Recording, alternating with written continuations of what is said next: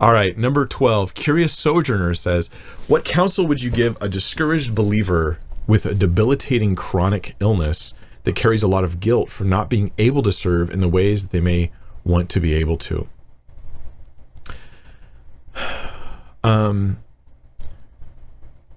I guess my counsel would be a few things. One of them is that Jesus doesn't judge us on our output, but on our faithfulness. He knows we all have different capacities and abilities.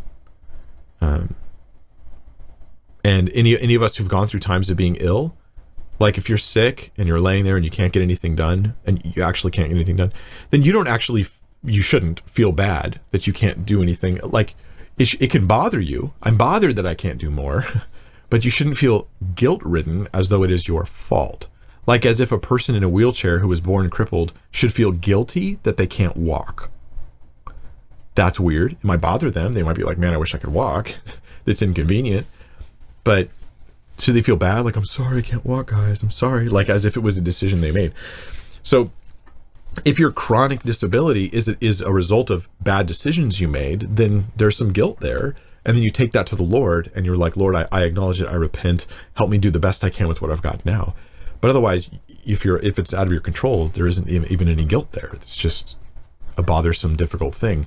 So that's kind of a weird thing, feeling guilt for not being able to serve. Jesus, I believe, does not measure, again, your output, but your faithfulness. What did you do with what you had? Not a question of what did you have.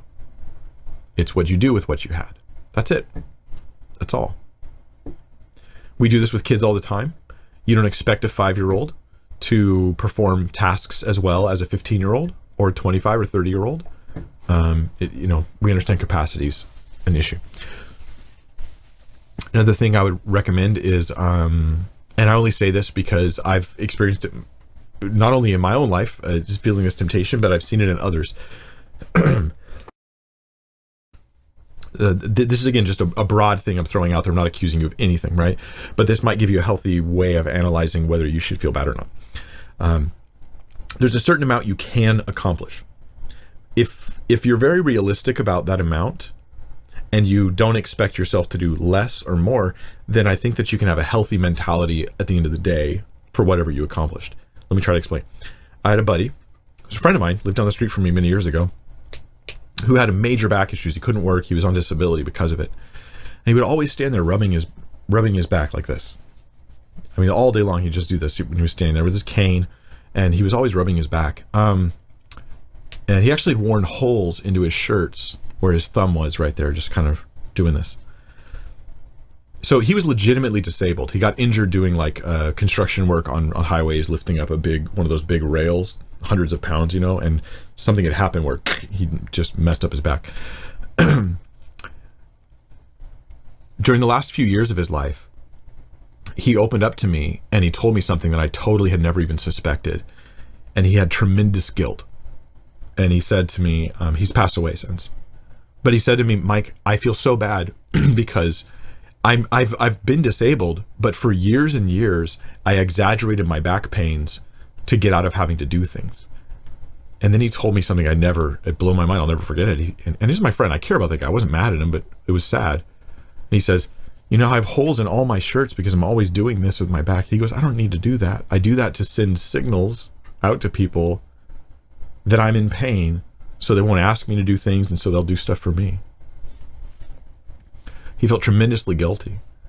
And at the time he was telling me this, his condition was deteriorating, and he now was in as much pain as he was pretending to be in all those years.